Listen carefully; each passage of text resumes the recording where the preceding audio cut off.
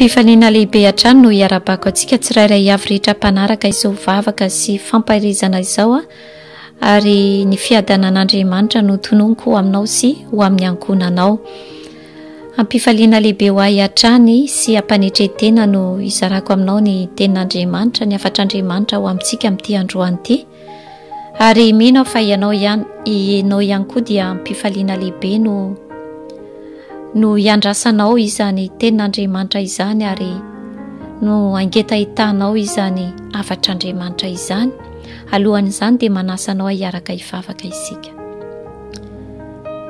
Eny Andriamanitra rainay eo misaotra sy manome voninahitra anao izay amin'ny alalan'i Jesosy Kristy zanakao ilay tokana izay nomenao anay, izay ahafahanay manantona anao amin'izao fotoana izao ary ahafahanay ihany koa mifampahereto amin'ny alalan'ny teninao. Misaotranao izay satria Andriamanitra mahery, Andriamanitra miasa, Andriamanitra izay manam-pahefana tokoa ianao any an-danitra sy ety an-tany. Ianao ilay Andriamanitra izay tsy mba manao tsinotsinona ny vahoakanao. Ianao ilay Andriamanitra izay mihamandraka-riva anay ary mitantana anay amin'ny tanakavana amin'ny fahamarinanao. Ankehitriny izay Tompo dia eto anatrehanao, vonona eno ny teninao, ka dia mangataka aminao izay mba ho azavainao ny sainay ary sokafanao ny fonay.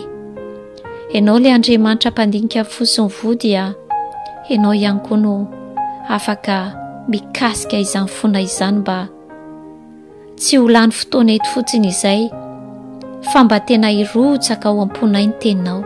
Tena latsao Tompo, fa mila ny teninao izay tahaka ny tany, izay mila ny ando, milatsaka aminy dia tahaka izany koa ny fonay izay mila ny teninao. Ka dia mitenena aminay tsirairay avy. Eny Tompo, omeo anay ny sofiny nefa mahay mieno anao, mba haizanay mieno ary ahafahanay ihany koa tena hoe makamamy izany teninao izany. Ka dia aoka amin'ny fahefan'i Jesosy Kristy irery ihany no hanapaka feneto ary amin'ny anarany irery ihany koa no hanaovako izany vavaka izany. Misaotra ray eo. Amen. Amen. Ny lohateniny izao afatr'Andriamanitra izao dia hoe tandremo ny vavanao, tandremo ny fiteninao. Araka ny tenin'Andriamanitra any amin'ny filazantsara nosoratan'i Matio 12:7-7. Hoy ny tenin'Andriamanitra hoe fa ny teninao no hanamarinana anao ary ny teninao no hanamelohana anao. Ny teninao no hanamarinana anao ary ny teninao no hanamelohana anao. Amen. Tena zava-dehibe ny teny ry hava-malala. Tena zava-dehibe ny teny aloako ny vavanao. Ny teny izay aloako ny vavanao no ahafantarana anao.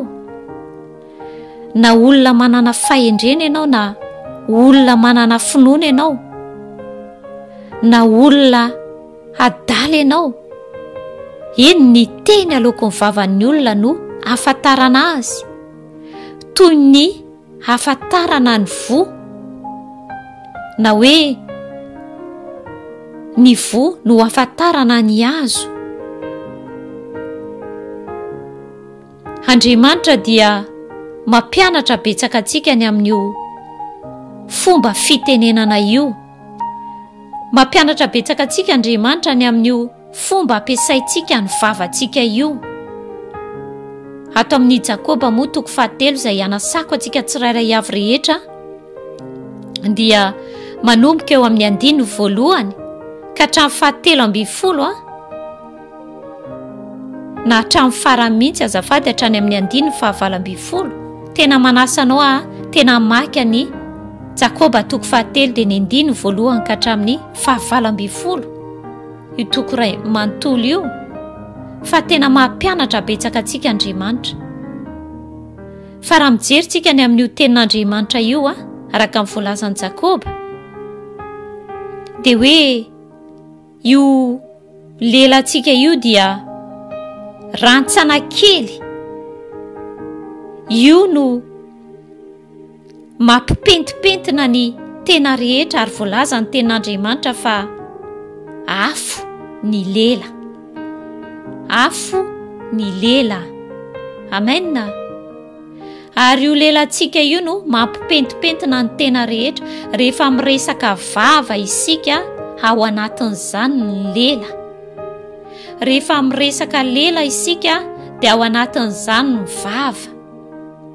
Izany hoe rehefa miteny ny momba ny vava-Andriamanitra dia momba ny fitenenana no ambaran'Andriamanitra amin'izany, fa tsy hoe ilay lelantsika akory, fa ilay fomba fitenenantsika no tian'Andriamanitra nanarana antsika, ary izany mihitsy no tian'Andriamanitra nanarana antsika amin'ity androany ity, ny fomba fitenenantsika, satria ny fomba fitenenantsika na ny fitenintsika no hanamarinana antsika, ny fitenintsika no hanamelohana antsika. Amen. Ka amin'ity androany ity dia mananatra antsika Andriamanitra ny amin'ny fomba fitenenantsika, ny amin'ny fomba ampiasaintsika ny vavantsika sy ny lelantsika io. Io no rantsana kely izay eo momba ny tenantsika, ary io no mampipentipentina ny tena rehetra, ary voalaza ny ten'Andriamanitra fa mampirehitra izao zavatra rehetra izao, sady arehitry ny elo izy. Ary io lelantsika io ihany koa no voalaza ny tenin'Andriamanitra fa feno ody mahafaty, feno ody mahafaty. Tamin'ny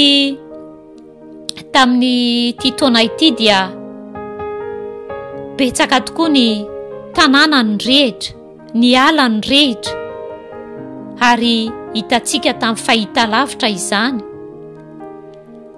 Tao ny nateraky ny hafanana be, fa tao ihany koa noho ny tsy fitandreman'ny olona iray dia nampirehitra ny tanàna rehetra, ary betsaka ny zavatra simba, ary tao ihany koa ny olona nafony ainy noho ny tsy fitandreman'ny olona iray, ary tadidio tsara fa tsy hoe tamin'ny zavatra lehibe akory, fa tamin'ny tapana sigara izay natsipy,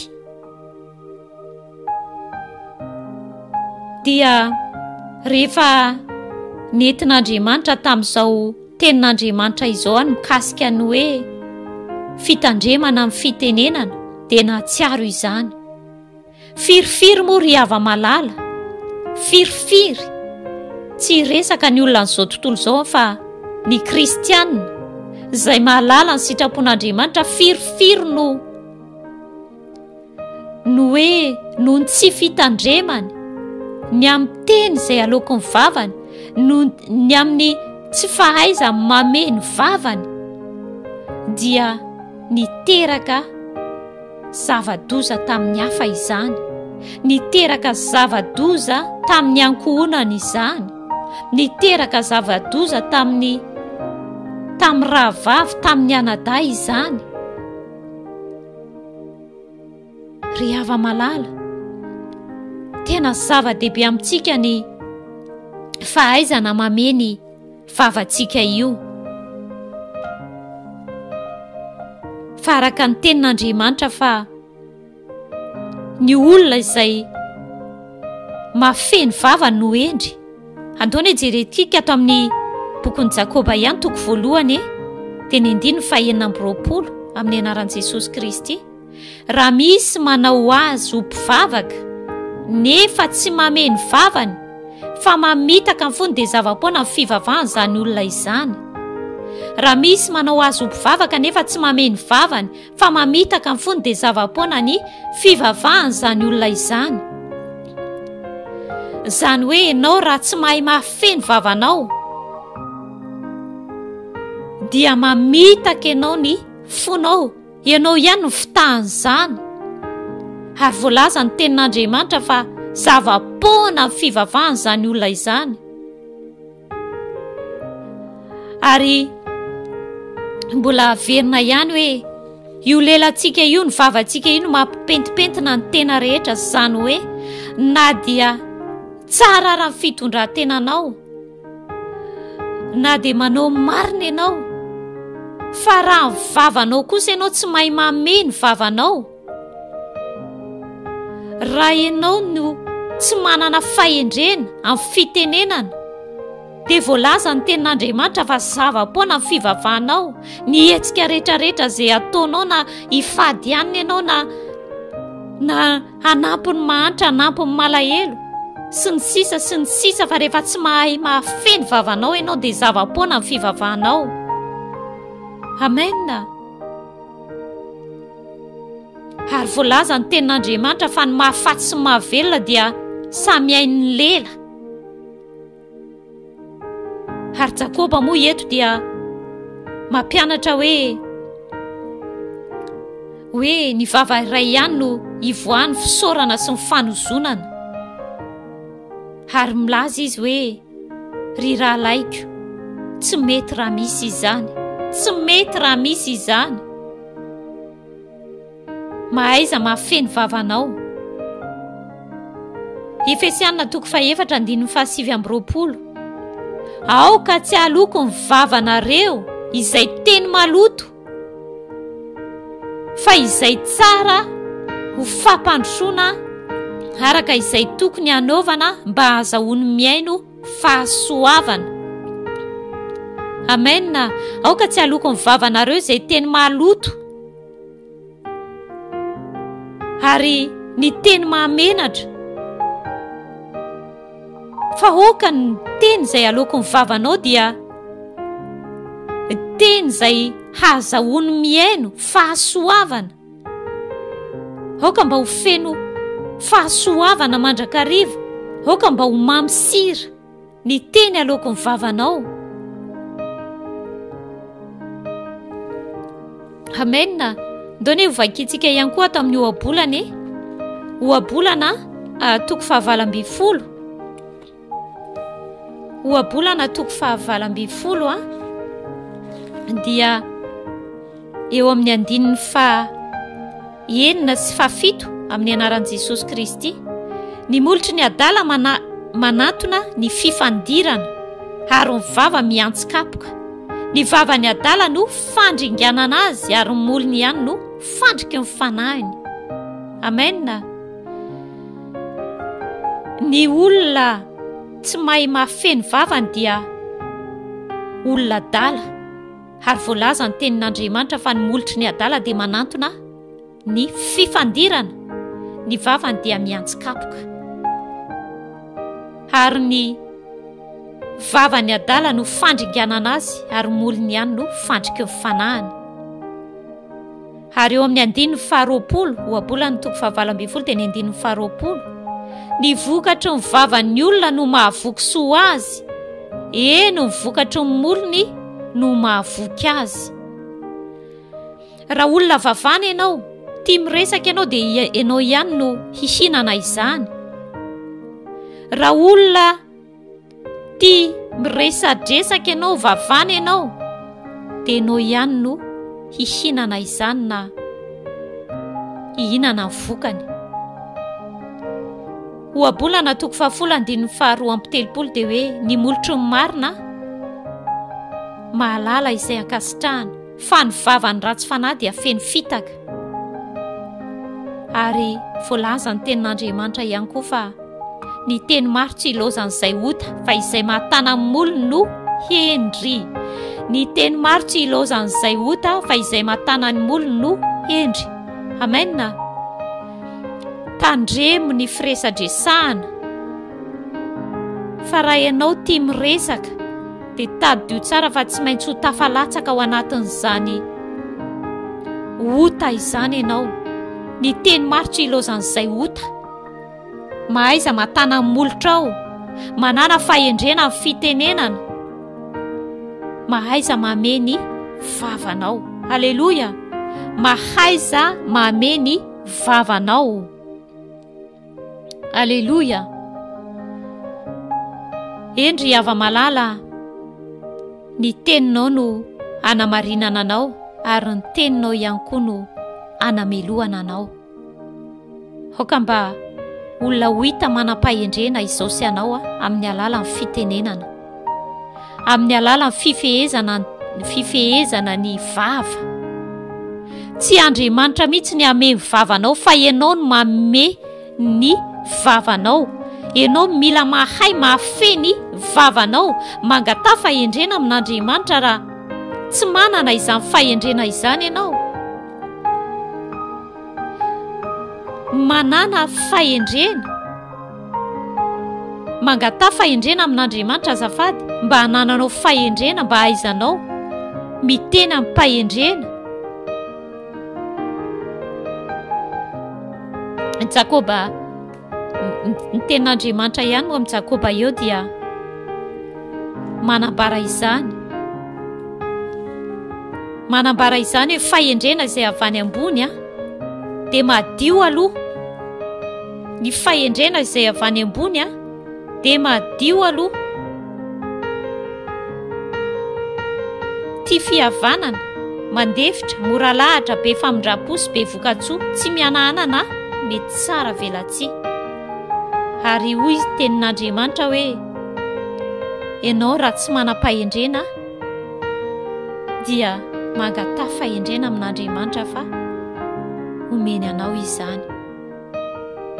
Mangatà fahendrena amin'Andriamanitra fa omen'Andriamanitra anao izany. Manana etaeta mba olona manam-pahendrena ianao amin'ny fitenenana, olona mahafehy vavanao ianao amin'ny fitenenana. Ary misy tenin'Andriamanitra ihany koa miteny hoe misy olona ozy izy misy mandefa lefateny ohabolana 12:7, misy mandefa lefateny tsy tsaroana ka tonga toy ny fanindro ny sabatra, fa ny lelan'ny marina dia fanasitranana kosa. Aoka ny teny aloako ny vavanao mba tsy ho sabatra manindrona ny hafa. Aoka ny teny aloako ny vavanao mba tsy ho tonga ho toy ny antsy maranitra izay manindrona ny hafa ary mandratra ny hafa, ary tsy vitany hoe manindrona sy mandratra fa mety hamono ny hafa mihitsy ara-panahy. Fa voalaza ny tenin'Andriamanitra fa ny lelan'ny marina dia fanasitranana kosa. Aoka ny teny aloako ny vavanao mba hitondra fanasitranana ho an'ny hafa, hitondra tena hoe fanavozana ho an'ny hafa, hitondra fitombona ho an'ny hafa, fampaherezana ho an'ny hafa. Amen. Eno ny teninao no hanamarinana anao ary ny teninao no hanamaelohana anao. Amen.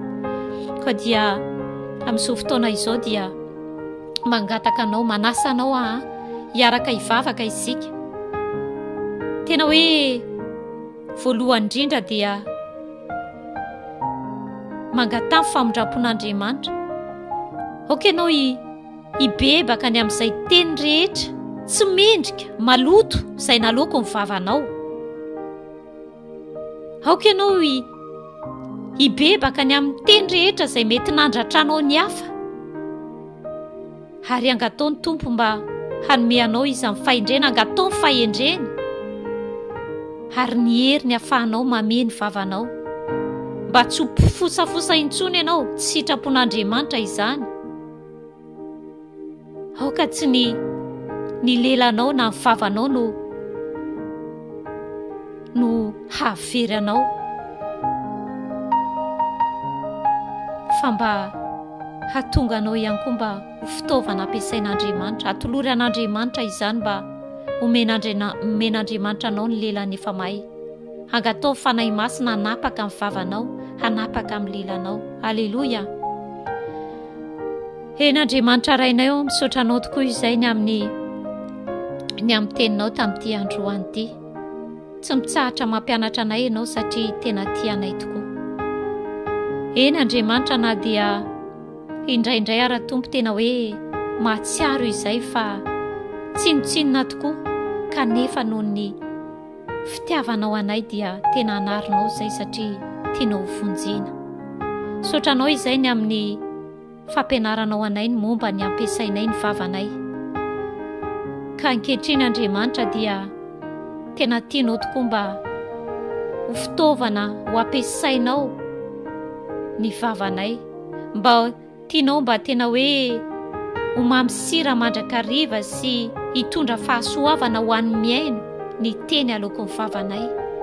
mba hitondra fanasitranana ka hatramin'izay izay Andriamanitra raha nisy ny fitenenana izay tsy mahamendrika, tsy nanome voninahitra anao, nandratra ny hafa sy mety namony ny hafa dia hifonana eto anatrehanao izany. Fa mangataka kosa izay fahendrena avy aminao. Omeo anay ilay fahendrena avy any ambony araka ny voalazan'i Jakoba izay madio aloha tia fihavanana, mandefitra, mora lahatra, be famindrapo, be voka-tsoa, tsy mihanahana, tsy mety tsara velatsia. Omeo anay izany fahendrena avy any ambony izany Tompo. Ahaizanay miteny araka an'izay tianao hitenenanay. Ahaizanay mamaly araka an'izay tianao hamalinay ny olona. Eny Andriamanitra, mangataka ny fanahinao masina izay mba hampahery anay hatrany ary hampirisika anay hatrany, hampatsiahy anay hatrany. Fa tena zava-dehibe ho anatrehanao ny teny aloako ny vavanay, fa izany no ahafantarana anay ihany koa fa olona manam-pahendrena izay, olona manam-pinoana izay, olona matahotra an'Andriamanitra izay. Ka dia amin'ity androany ity Tompo, mino fa ny teninao dia tsy miverina foana any aminao raha tsy efa mahatanteraka izay hampaniranao azy. Ka dia voninahitra ny eo anao irery ihany amin'ny anaran'i Jesosy Kristy. Amen.